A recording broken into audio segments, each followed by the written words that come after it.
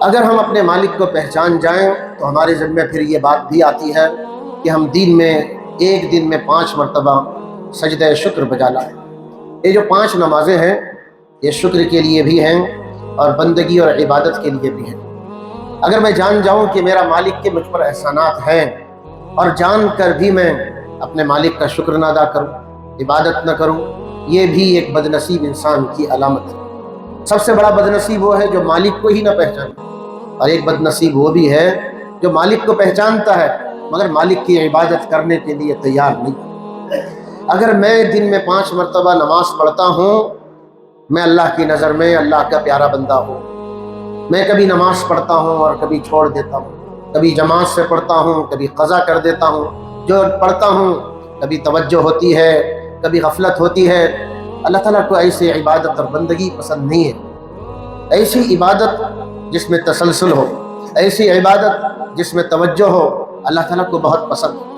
ایک آدمی روزانہ 5 مرتبہ نماز پڑھتا ہے، آج بھی پڑھا، کل بھی پڑھا تھا، آنے والے دنوں میں پڑھتا رہے گا۔ اب وہ مسلسل اس کی زندگی کا ایک اہم کام 5 نمازوں کا پڑھنا ہو گیا، یہ خوش نصیبی کی علامت ہے۔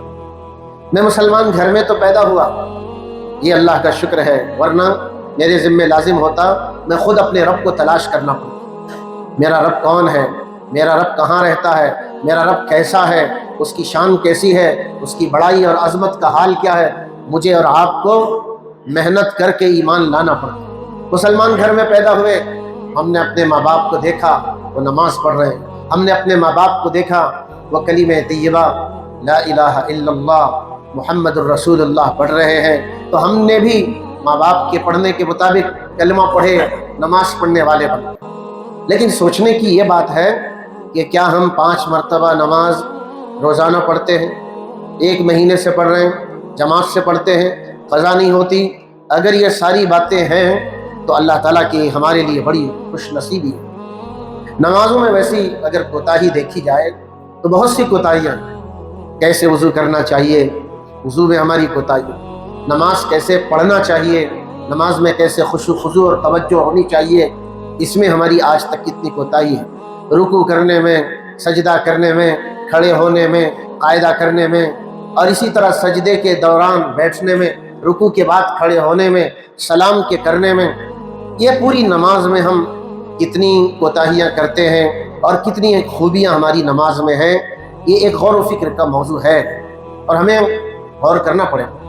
یہ چیز تنہائی میں بیٹھ کر مجھے اور آپ کو سوچنا، تنہائی میں کچھ وقت دیجئے، 24 گھنٹے میں 5 منٹ اپنے لیے دیا کریں۔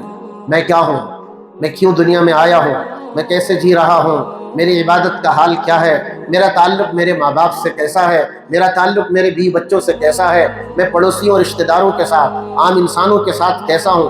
تنہائی میں 5 منٹ بیٹھ کے ہم غور کریں گے، ہمیں بہت کچھ زندگی میں تبدیلی کا جذبہ پیدا ہو۔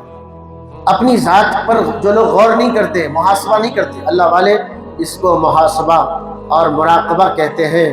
سوچنا، غور و فکر کرنا، فیکٹری سوچنے میں، کارخانے سوچنے میں کتنے گھنٹے لگاتے، دکان کے ڈیولپمنٹ پر کتنا غور و فکر کرتے ہیں، پیسے کو پیسہ بنانے کے بارے میں ہمارا کتنا غور و فکر ہے، کتنے زمین و جائیداد کے مقدمے چل رہے ہیں، ان مقدمات کی پلاننگ میں ہم کتنا ٹائم لگاتے ہیں۔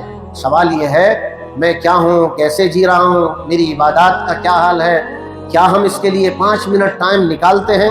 اگر دیکھا جائے بہت کم لوگ ہوں گے جو 5 منٹ 24 گھنٹے میں اس غور و فکر کے لیے نکالتے ہیں۔